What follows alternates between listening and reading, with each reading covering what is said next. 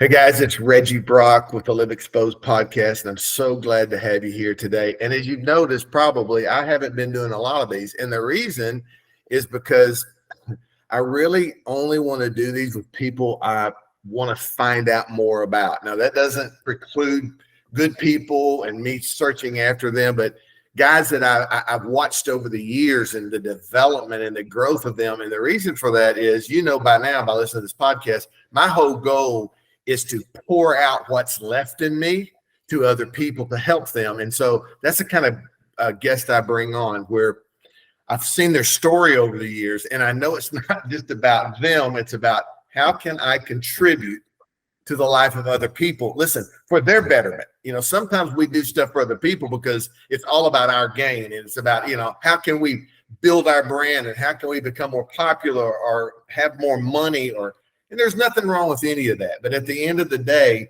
my goal is to find contributors to humanity who may not get as much out of it as we had anticipated, but they are pouring themselves into others and seeing others' lives advance at a great rate. And today, I have one of the coolest guys on with me today. I've watched this guy, I've known him for the last 3 years or so, Joe Hughes, and I've asked him to join me today because, like I said, I've watched this guy for the last 3 years, and I've been intrigued, not just at his business success, but just the life that he's developing, the things around his life that really contribute to, you know, what we see and hear from every day. So Joseph, welcome to the podcast today.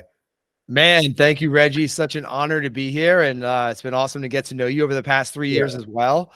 And I'm excited to have a fun, good conversation here. Yeah. So we're not going to talk, just so everybody will know up front, I've not asked Joseph to talk anything about Contractor Dynamics or kind of what they do. And if you don't know what they do, go to their website, look them. I mean, they're all over social media. This is one of the guys, when he posts something, I stop.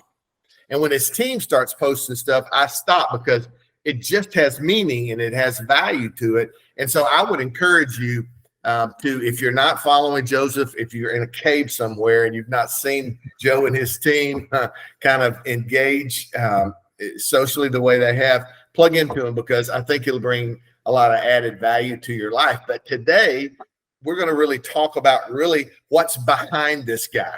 You know, what are the things, what are the ingredients of his life that have created the success that we see? Because not all the time do the successes we see really define how you've got there, right? And so, you know, Joseph and I want to walk him through some questions today. It's going to kind of open you up to him and some of the ways that he's found life and success that he's had, and he's open to that. So we're going to do that today, if it's okay with y'all. Joseph, why don't you take just a minute, and for people who may not know you, talk a little about where you're from and kind of how you got where you are, and we'll go from there. All right, cool. Yeah, I'm excited to dive into these questions. You did not prep me on them, so that's fun. That's fun and exciting. I'm ready for sure. So yeah, real quick, kind of elevator overview. I live at the Jersey Shore with my wife of 13 years, Alyssa. Our two kids, Hunter is 11 and Serafina is 8. And I started Contractor Dynamics a little over 10 years ago after growing up in my family's construction business for about 10 or 15 years here in Jersey and New York City. So that's a little bit about me. We live here by the beach this summer. I've been enjoying some beach time and surfing and a couple of vacations and whatnot. And yeah, for me, like, we'll probably get into it a little bit. Like my secret sauce is really just like being consistent and just showing up every day and just learning and improving and growing every day. And I do that by, listening to podcasts like Reggie's and others, and reading books and interacting with like-minded people and unlike-minded people, I guess. Yeah. So yeah, it's fun, and no one has it all figured out. And we're all learning from one another. So I just love that human connection is so awesome to me. Yeah. And I've watched and I've seen really some personal growth from afar in your life, just like little indicators that I'm not going to go into, but I've just watched kind of growth happening in your life. So here's the first question that I thought about. I'm like, so if I'm seeing growth and people want growth, what are some of the habits, whether they're daily or probably daily habits or routines that you get in to that if you feel like have played a significant role in this journey? I think that, yeah, growth, we want it to be this linear path, right? This graph from the lower left to the upper right, and we're going, just continuing to go up, and there's no pitfalls and all that. But in reality, we all know that's not how it goes. We'll grow a little bit, we'll take 2 steps forward, 1 step back, maybe even sometimes 2 steps back to take 1 step forward. That's the journey of life and entrepreneurship. So for me, we can't always control like everything that's going to happen during the day. Are we going to close this sale? Is this customer going to be happy? Are we going to have an awesome workout? Like whatever it is, but there are things that we can control. So for me, that's the bookends of the day, where you have the morning, your first half an hour to an hour waking up, your last hour of the day, give or take, whatever it is for you. But those are the things that can really ground us and set us up for the day, so that if things don't go well, then we're not like in reactive mode. We're responding in a more level-headed manner. So do you block schedule? I mean, how do you do your schedule in terms of your routines, and how have you found those routines and you just mentioned one of them. I mean, it just kind of keeps you on track, but do you kind of live do you build around schedule or what? I'm probably too rigid for most people. Like if you call me, Reggie, like during the middle of the day, which you have, sorry, I don't answer it. Yeah, I got you. I'm not, it's just the way, because like I do time blocking. I block my schedule. If I'm working on this thing, my phone's on do not disturb 24/7. And, that's just the way I operate. Like I realize that's too rigid for maybe the real world sometimes, but blocking everything out. Like the morning routine is locked in. So I'm up at 5:40 every morning. I have my morning routine. I go to the gym or I run. I get that in before the family's up and about. From there, it's like having breakfast with the kids and the family before they're off to school. Mm-hmm. And then the work day is the work day, and everything's planned out. Like every Friday afternoon, I have a meeting with my executive assistant, and we run through our calendars for the following week. So by Friday afternoon at 6 p.m., like everything's locked in for the next week. And that's just like priorities, what needs to get done, our big initiatives, meetings, workouts, going to kids, soccer games, like whatever that is. It's all in the calendar. And so how critical has that been to the overall success, and why? Why do you think that is? Because I think there's some people that are fly by the seat of the pant guys. They just kind of get up and however the wind blows. And I think that they find their life more chaotic, not maybe more challenging, but just more chaotic. So what has the routines really done to, kind of insulate you, if you will, to maybe those extreme highs and lows? Yeah, it does do that for sure. And it helps you really focus on the important and not just the urgent. So I think a lot of us have heard of the Eisenhower matrix, where you have the important things, you have the urgent things. The important is seldom urgent, the urgent is seldom important. And so if we don't, like I found, if we don't plan our days, then we're just going to be putting out fires and responding to people and replying and taking care of the urgent matters of the day. But those big rocks don't get done. So an example of this, Reggie, is last year we would have these like quarterly initiatives for our business. And Elizabeth is my right hand, who you've met. And she and I run the company together. And like we'd have these initiatives, say for Q3, and we'd be on track. And then we get to the end of the quarter, and like we didn't get them done. And that was because like we didn't have like milestones along the way. We didn't put time in our calendar. So this year is a lot more different, where again, like that calendar is planned out a week in advance, and there's time blocks for those big initiatives. And so we're getting those done, which is moving our business forward, like on a weekly basis. Like we can feel it, even if it's not, the business isn't growing like revenue wise in a given week. It's still growing internally. Like we're just becoming stronger. So that, that scheduling, and that allows you to prioritize what's important and not just urgent. I love that. It's important and urgent, and there's a difference. So before I go to the next question, how significant and what kind of advice would you give someone who might be listening to this in terms of implementing that kind of strategy into their life and their business? Yeah, from a scheduling standpoint. Yeah, that could be intimidating or scary to a lot of people, depending on your personality type. So like if you follow a DISC assessment. I'm high S, like I'm very stable. I'm very consistent. Like this plays well into my personality type. You know, if you're ADHD or you're just like high strung, it might be a little bit more difficult. But I would argue, because I know people that are, say, ADHD business owners that do the same thing I do. And one of them is one of our mutual friends. And like he thrives with it. Right. So I would say to anyone, challenge your assumptions there, because that like discipline equals freedom. Right. So like if you're getting the important things done, you're going to have time in your calendar, your schedule to just, you know, do whatever else you need to do. So yeah, I mean, just, you don't have to go all in and plan your day from, you know, 6 a.m. to 9 p.m. like I do. Like the entire day is like, you know, color coded and all that. Like you don't have to go there. Don't start there, but just make sure like, all right, well, if you have a priority of like, you know, getting more fit this month or this quarter, this year, put those times in when you're going to the gym, and let your spouse or your, you know, significant other know, so like you guys can be on the same page. Or if it's a business initiative, if you want to launch a podcast, if you want to revamp your sales process, like, all right, yeah, I want to revamp my sales process. Well, put some like, you know, 2 hours a week, 4 hours a week in your calendar to make sure that's getting done every week. So guys, it would be a great takeaway from this. Here, the changes you may be needing and wanting and looking for are going to require routine. They're going to, these incremental, this incremental growth, marginal growth you're looking for, may just be needed to reduce down to simple steps that you get accomplished every day. And so I think that's I think that's something, Joseph, that most people just overlook as unimportant. And sometimes people have these big visions, but it is so daunting to look at, and you go like,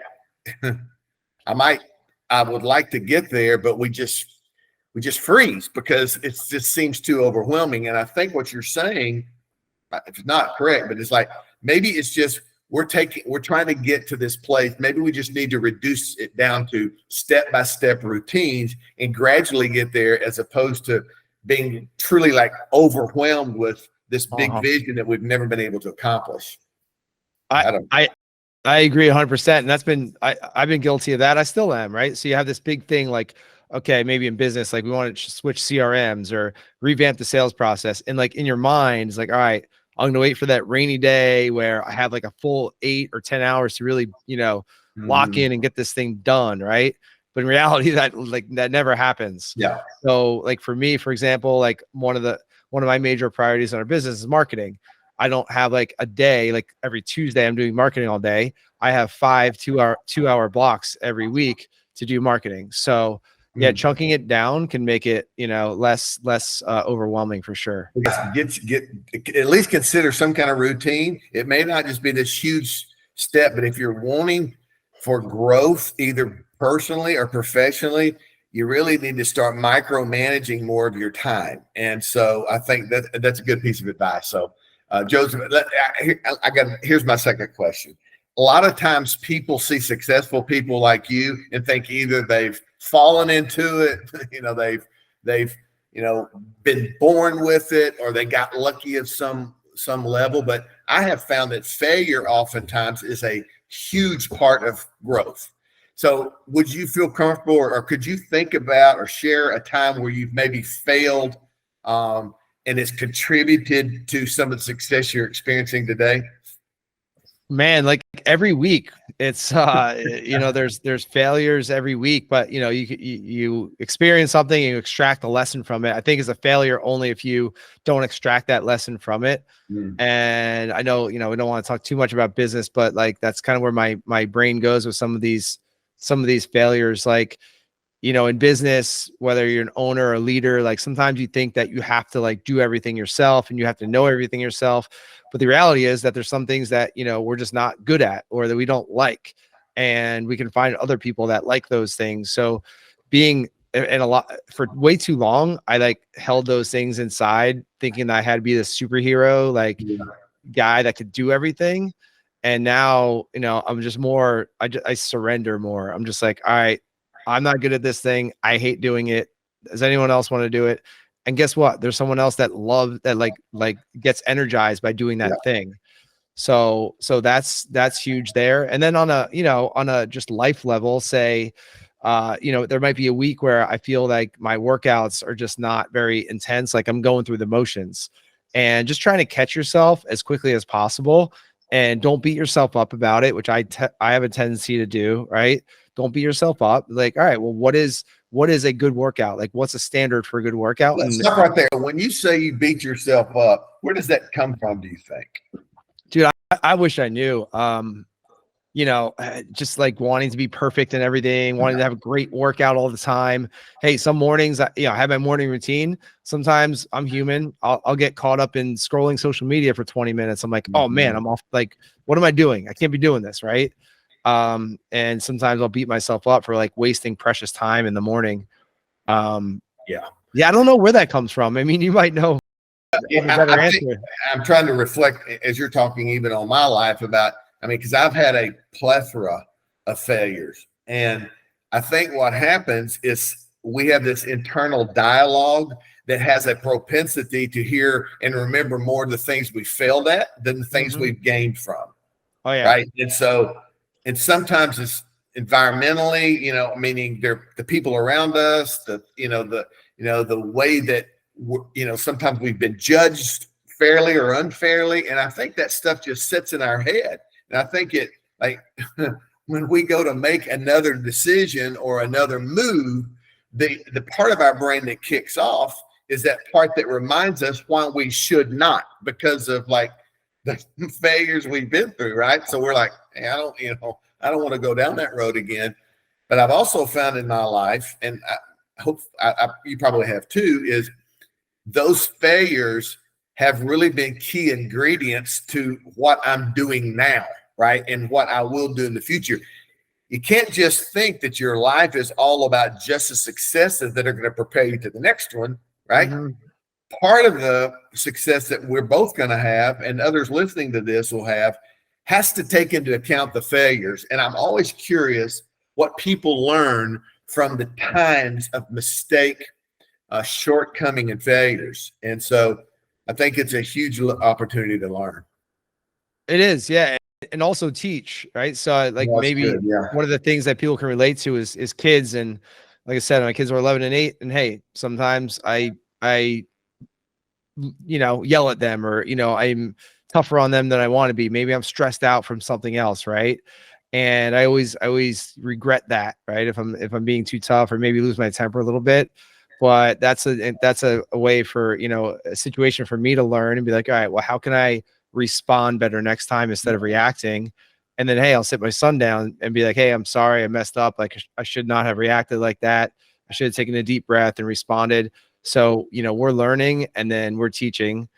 So I think that's really important to recognize as well. Yeah. And with clients too. I've had opportunities, where I've shot it in a direction and it's just like missed the target totally. And what people do a lot of times is they run from that, or they try to hide that, or they try to overlook that. And all it does is it creates more problems. So whether it's in your family life, if you're listening to this, and whether it's in your business, you have got to learn to deal with failures as a key ingredient to the ongoing success that lies ahead for you. If you can learn from it, right? It's not something to repeat. So I think the last thing that I'd really like to focus on this question is people understanding how strong the way we talk to ourselves is. It's like I have been more beat up by me than anybody else in my life. Listen, this is going to sound like a weird connection to this question, but like, do you ever find yourself pep talking yourself? Encouraging? Yeah. And how important to that is that to you? It is. We all know that we shouldn't do it. And again, maybe it's become more obvious to me having kids, where I'll hear like my 11-year-old son, like he plays a lot of soccer and he doesn't do well. He's like beating himself up and talking negatively about himself. And I'm like, man, I'm like telling him not to do it. But at the same time, like, man, I know I do that same thing too. Right. So just being super aware of that. And yeah, like part of my morning routine, Reggie, is like, I read out like my core values and my vision, and some of my like I am statements, like words of affirmation. Yeah. That really helped me set up the day, for sure. So, yeah, that positive self-talk is way easier said than done. But it's Yeah. like, hey, if would you talk to your best friend like that? Like, would I talk to you like I talk to myself? Like, probably not. Right. Then I shouldn't talk to myself like that. It's a proven fact scientifically that the brain is there's a lot of elasticity to the brain. And a lot of times what happens is we think because we've just been programmed to think one certain way, it can't ever change. I found that to be untrue.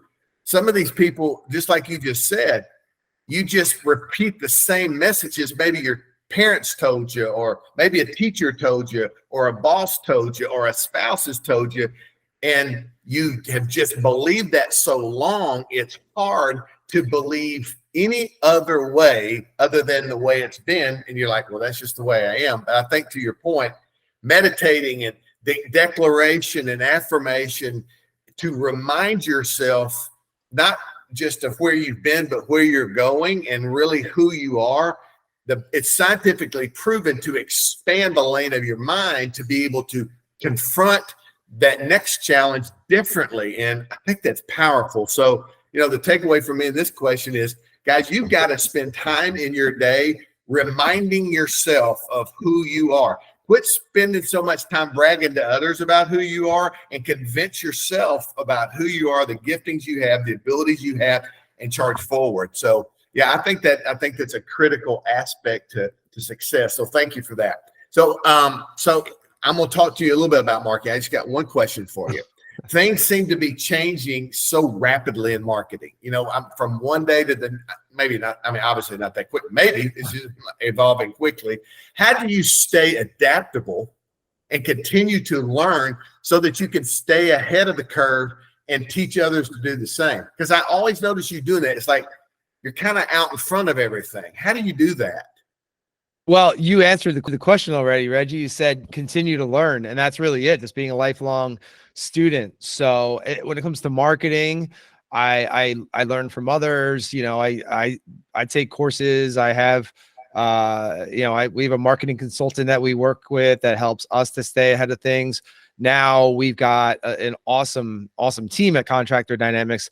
Like, they're teaching me things. So like, if you're going to come to me right now and ask me a tactical question about ads or something like that, I might be able to answer you, but I know that I'd rather go to my team and get the answer from them. So that's like, learning from them as well. But being a student, being open to learning, just really being curious about it. It's like, what is marketing really? It's really about connecting with our market, and how do people interact these days? Like, what do people need to see and believe in order to trust you enough to do business with you, or even pick up the phone and call you? And so a lot of it is just being curious and like putting yourself in the shoes of your ideal client and thinking about how you make purchasing decisions, and how you can facilitate an easy buying experience or education experience for your market. So, a lot of that has not really changed in decades. Like, that's all the same. It's just a matter of, these new platforms and AI and technology and all these things are coming out. So they enable us to connect with our market in different ways, in a lot of ways faster, and some automation and things like that. But that human connection has never been more important. So yeah, I mean, to answer your question, just be a student of it. And again, like, I have time on my calendar every week to learn, to study new things. Otherwise, you get stale, and you go to on a podcast like this, or you go to a conference and someone asks you a question, you don't know the answer, and then you don't sound very smart. You don't feel very smart. So I've heard this was all I didn't write this down as a question, but I've heard you talk about this. It seems like a theme in the conversation. You talk as much about the other people on your team in terms of contribution levels to y'all's success. And so take a minute and talk a little bit about that. Why is it that, number one, how do you set a team up to where you can have contributors, not just to your customers, but to the team members? And why has that been successful why has that had so much impact on you guys? Because I've seen it. Yeah, thank you. I appreciate that. A lot of time and attention and effort goes into that. Really, it's, it was the Joe show for many years, running this company and thinking I had to do everything myself. And maybe that was ego, maybe that was ignorance. I don't know what it was, but you get to a point where like, all right, we're at a point now. Like I don't want to work more hours. I can't work more hours. Like I want to be able to focus in the hours that I am working. So I need to like delegate certain things, hire more people. And then you realize like, wow, like Sydney's amazing at this thing. Like I'm not that good at it. She's awesome at it. There's other people that are amazing at different things. So it's really a matter of like, maybe, putting your ego aside and realizing like, all right, as a leader, as a business owner, as the visionary, what are my responsibilities? Like, what is my highest contribution to this organization? And there's a handful of things that, ideally I focus on a weekly basis. And one of those is kind of coaching and leading our team and, continuing to like reinforce that vision and, supporting people and getting on one-on-one calls and meetings with people and just supporting them and helping them develop as leaders. I think like we all have like this certain like nerdy aspect about us that we like love to learn and love to figure things out. And it's cool to see that. Like it's really cool. So that's been an evolution. It wasn't always that way, but I found that the more that like I, delegate and elevate, the more that everyone else can grow and the more our company grows and just everyone benefits. So right people in the right seats. Yep. Being able to kind of do what they do most all of the time has created probably more efficiency to strengthen the organization, I would think. And I think that's where most people miss it. They run out of juice and willpower because they're trying to do everything themselves, or at least they have to have their finger in everything. And sometimes, the ultimate goal is to get to where you have people in your organization that give you the time and the opportunity to really find your unique ability and fly hard in it and just stay zoned in that lane to create your full opportunity or your full potential throughout the organization. Any other people do the same thing. Yep. Yeah. I mean, every day, Reggie, like pretty much every day I start typing out a message in our email or internal Slack or whatever it is. And then I delete it and like step away. Cause I'm like, oh, I shouldn't meddle. Like I should let them figure it out, or, they should talk to someone else about it on the team. Cause if I continue to like meddle, then they're not going to be able to elevate. So it, like anything else, like it doesn't happen by accident. It takes intention. Yep. Team meetings, same page meetings every week, regular communication. Yeah. It takes a lot of intention. Okay. So, you mentioned, I know you guys coach, you consult, you do a lot of great things for other people. Do you have mentors and coaches? I think you mentioned it just a minute ago. I mean, you have the same approach to your business and your life as you do providing to others, it sounds like. How critical has that been for y'all? Yeah, like so I started my business in 2012, and for the first 3 years I just figured that like, oh, I have this unique business model and I need to figure out everything on my own. And that was part me, just again, ignorance. That was part like my blue collar work ethic, just working, growing up working in construction. I'm like, all right, I can just put my head down and do this thing and get it done. Like I am that, like that Puritan work ethic. And then it was about 3 years into my business, I hired my first business coach. I was in a group coaching thing, and that was 2015. And ever since then, I've had some sort of business coach. So like right now I have a business coach, Clifton. He's amazing. Our mutual friend, Benny Fisher, and I are kind of like peer mentors to one another. So we have a recurring meeting every Tuesday at 2:00 where we just talk for an hour on the phone, just, like life, business, whatever. I'm a member of masterminds. I, travel to events like you do. So this journey of entrepreneurship can be very lonely, especially for those of us. Like we have a remote team. We're all over the country. We don't have like an office. So it can be very lonely. So just being able to like have a sounding board for those decisions, or, when you're having a crappy day, you just want to talk to someone and that understands what you're going through. How difficult was the shift for you to see that as a cost versus an investment? Because I think there's some guys out there that go like, I would love that. I just can't afford it. So how does that, I mean, how did you transition in that? Because I think that's a hard play for some people.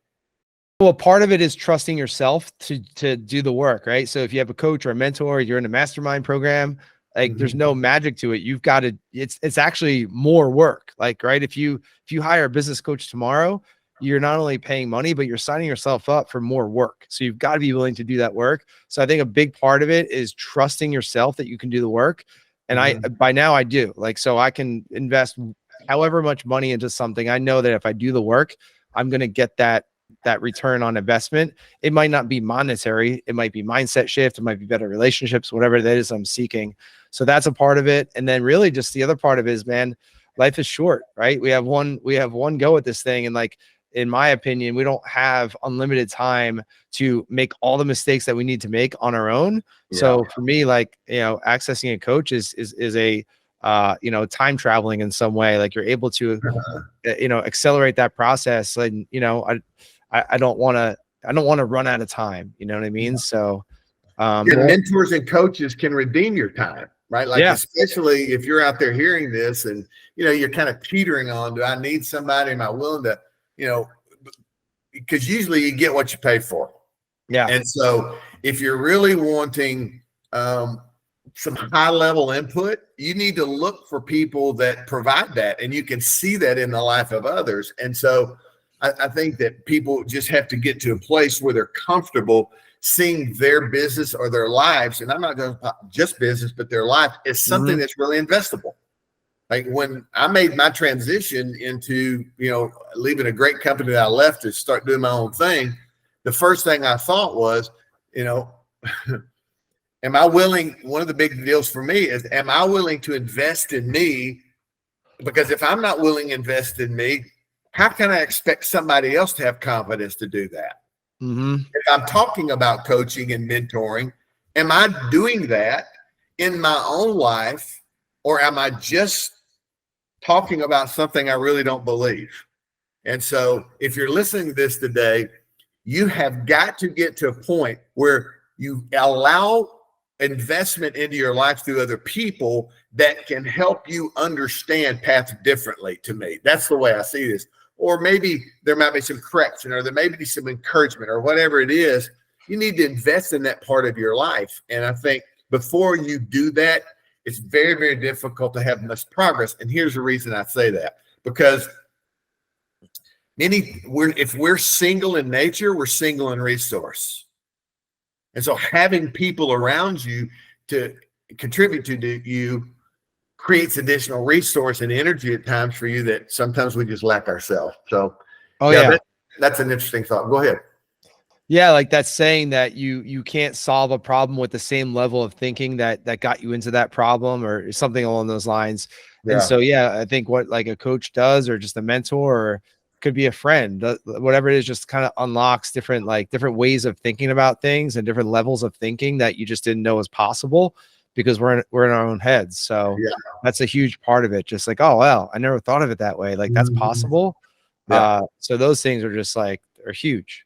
And you see those times where you're sitting there and you've been thinking through something forever, and then somebody just says something that seems casual, or like, not like when you first hear it, you go like, who cares? And then you think about it and you go like, how in the world did I miss that? Well, the reason you missed it is you don't think like that, or you've not thought about those things, or you've not had the resource made available to you until now. So it's a great tool to have in the toolbox of life. It's just having people speaking into your life. One of the first things I ask people is that I'm starting to build a relationship with is, who are the contributors in voice to your life? I like that. Yeah. Who is it that's speaking to you? Who is it that can tell you no, and you will consider it as an alternative to some of the choices that you're making? And most people are so swollen in their own identity, it's really, really hard to hear somebody else. And so I know you have evolved, even just in the 3.5 years I've seen you. So has your organization. So I've known all along, before I even asked that question, there had to be some voice contributors to your life. And so, guys, if you're hearing this today, you need to find people who can speak into your life and have the freedom to do that and have the opportunity to do that, because you need it. So, I think that's a great thing to pour into people today, is just the opportunity of investment as opposed to cost, and voice into their life. Yeah. Yes, and just one more thing on that topic, Reggie. You know, it doesn't have to be. You don't have to pay for it. It doesn't have to be something you pay for. Right. Although, you know, that does get you kind of access to different levels of people. But like, I have a couple of friends locally that are also business owners that have been business owners for about twice as long as I have. So, you know, I'll go grab coffee with them, or we'll go work out together, or go for a run, and just kind of like, you know, ask some questions. So just, you know, anyone that's just outside of your own head is really a help. So I've noticed you've never asked me to go on a run and talk. Because you know, without asking, that would be like a really bad decision on your part. No, yeah, I love that. Yeah. So I'm gonna ask you 3 kind of closing questions that are a little bit more on the fun side. And I thought about this because I really thought about this conversation, because I really don't want the conversation to sound like most of the conversations that you hear or expect. And so when I came up with this question, I thought this will be an interesting one. So if you could describe kind of your growth journey, just looking at it from that standpoint, as a story, and there were only 3 chapters in the story, what would the titles be of those chapters, and what were the pivotal moments contained in those chapters? Is that too much? That's just interesting to me. Like, no, wow, that's deep. Okay. Well, the first thing that comes to mind is, so this is like business story. Personal, just on your part, you can, however it's your story. Tell it. There's 3 chapters, and why were these 3 chapters titled what they are, and what's the context behind it? Man, let's see, 3 chapters. I think that, you know, the first one might be, so like, so one of my friends I just alluded to has this analogy. They own a pretty big business. They have over 200 employees, and we always talk about business in terms of like, or he talks about it in terms of like, hey, you've got this alligator that you're holding by the tail, and the alligator just keeps growing, and you got to hang on and figure out a way to hang on. And so I apply that to business all the time. And just once in a while, I'll run into him and be like, man, you know, that alligator is getting strong. I'm trying to hold on, you know? But I think that applies to life as well. So like maybe the first chapter, and this is completely, I mean, just thinking about this right now. So like the first chapter might be getting this, like, you know, getting this pet alligator. I'm like, all right, this thing's so cute. You know, we're buddies. We're going to hang out together. Maybe I'm going to walk my alligator around the block. Right. So it's like, it's bliss, because you don't know what you don't know. You know, you're just young, you're exuberant, you have unlimited optimism.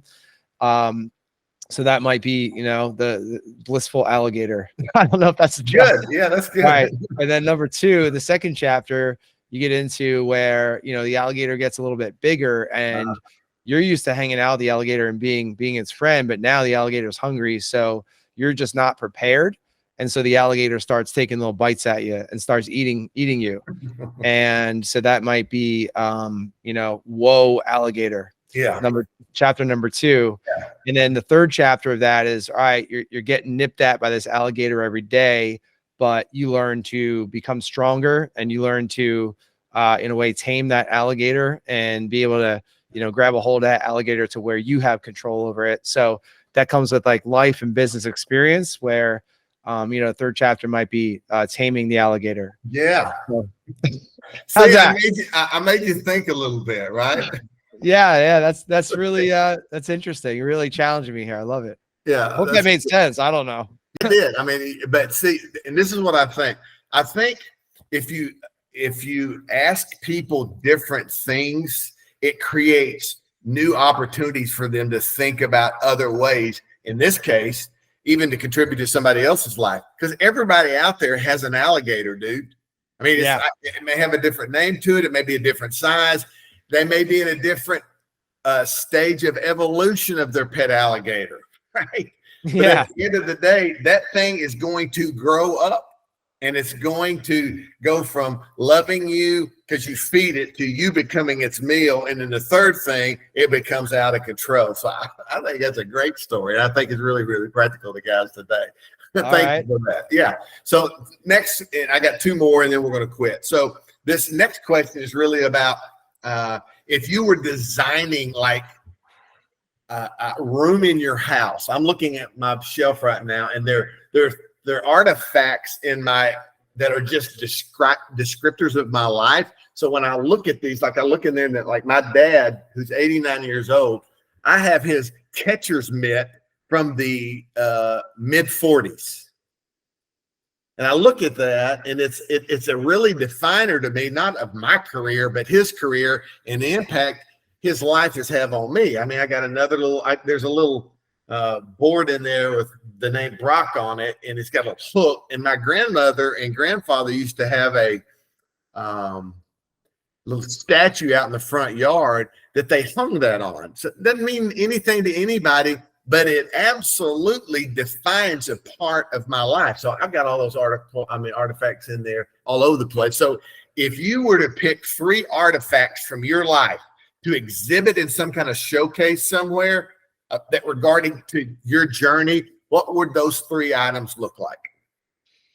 Number one would be I'd have so one of the things I would love to have is like a home library, like an awesome library. And one of those walls, one of the entire walls would be like an entire like global map, like a map of the world, right? A flat map of the world. We as a family love traveling. I've done a ton of traveling, want to do more of it. Just a passion for sure. Artifacts. I mean, I would having awesome books in there, just books that I love, business, personal, travel books, travel literature. That's what I geek out on. Yeah. I'll read at night before I go to bed. And then let's see. I mean, one of the other things might be, so I had the opportunity a bunch of years ago to play rugby for the United States on the national team. And I haven't done it yet. I have my jersey, of course. I have a couple of them and they're in my drawer, but I've always envisioned like, framing one of those and hanging that up in an office somewhere, in my office or library. I think that would be really cool. And that represents just my being a lifelong athlete, our kids being athletes, that being an important part of, I love team sports. I think it's an excellent, analogy for life. So yeah, those would be the 3. I bring that up for this reason is because sometimes we want to escape memories and some of them we need to escape. But I think having things around us that remind us of our growth and where we've come from and kind of where we're headed, you know what it really does? It gives me confidence to face the future. You and I both read the book by Dan Sullivan and Benjamin Hardy about gap and gain. And one of the things that I've learned from that is there's really 2 lenses that you look at. You either look through regarding progress in your life. That lens is either a growth lens or a gap lens or a gain lens. And this is not as complicated as I make it. So, but what I saw myself is like I pick up this growth, this gap lens, and I look through it forward, and I see where I am and where I'm going. And what I can't really focus on is anything other than a gap between here and there. And it just freaks me out. What I've learned is that I can take the other lens that they talk about, that gain lens, and here's what it does. It's interesting. It causes you to look backwards and to see how far you have come. And what it does for me, Joseph, is it gives me this sense of confidence that maybe even though it's unknown in front of me, I have a little confidence. I've treaded over rough terrain before. I have a little bit of confidence moving forward. And so I think it just better prepares me for what lies ahead.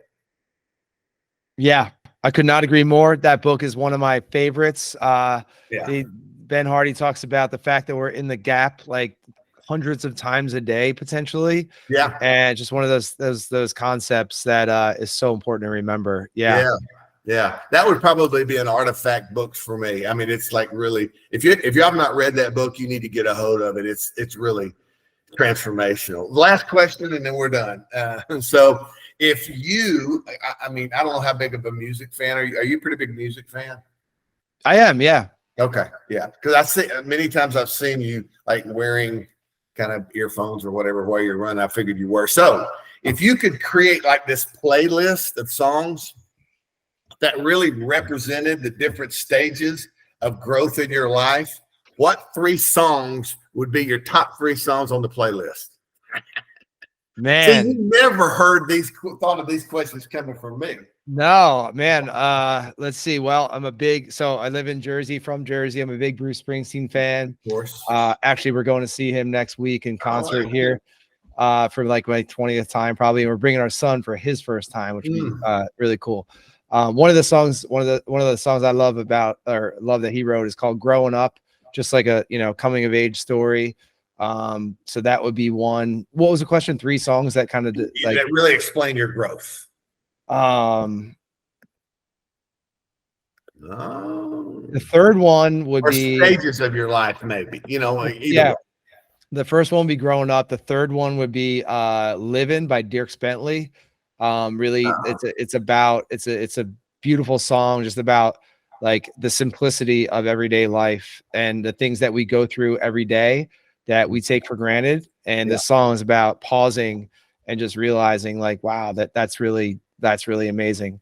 So that would be the third one. And I think that's more, maybe as you mature, you realize you focus more on gratitude. In the middle, man, I'm trying to think. You have no idea how much I like this. Just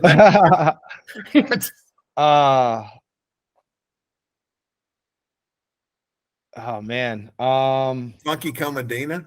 No.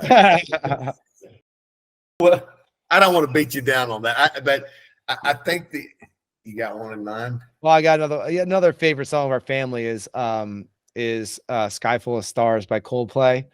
And that was the first concert that we went to as a family of 4 2 years ago. And just it's a really nice song. So yeah, I'm just going to give you one of mine, and it's probably best sang by the great Travis Tritt, Trouble, Trouble. And so, most of my songs are wrapped around this country music world. So so anyway, but yeah, I think when you said that about that pause, I thought about something. It just causes you to pause. And guys, let me tell you something as we close this today. There is not a more powerful exercise I attempt every day than the power that comes with pause. It allows me to reflect, and it allows me to gather, and it allows me to really assess my life in a fair way. And so, that's a great song. And so if you're not spending time pausing, and, sometimes I tell people, facing choices and decisions, I think one of the best pieces of advice you can do is to put that on your playlist. How can I pause to be more effective and efficient in the choices that I'm making? The choices I'm facing and the decisions that I'm making. And so, guys, this has been a blast for me. Joseph, thank you so much for taking time to be with me today. And sorry I caught you off guard, but I'm really not. I have people on my podcast that go like, what are we going to talk about? I'm going to go, you'll see. And so no, this is fun. I mean, I've been on a lot of podcasts, and you talk about the same thing and all that stuff, but this was definitely fun. Thanks for challenging me and get me to think about some of these things. Yeah. Well, guys, look, thank you so much for being with us today. These are just ingredients for you to put in your life that don't necessarily work the same way, but they're really, really important components to driving yourself step by step into the direction of success in the world you're trying to build. So thanks for being with us today. If you need me, reach out to me. Again, Joseph, what's the best way for them to contact you? Contractor through the website or what? Yeah, contractordynamics.com for the biz. And then personally, just look up Joseph Hughes on the social media channels, and we're putting out content every day. So love to connect. Hey, guys, thanks for being with us today, and we'll talk to you soon. Thanks. Thank you.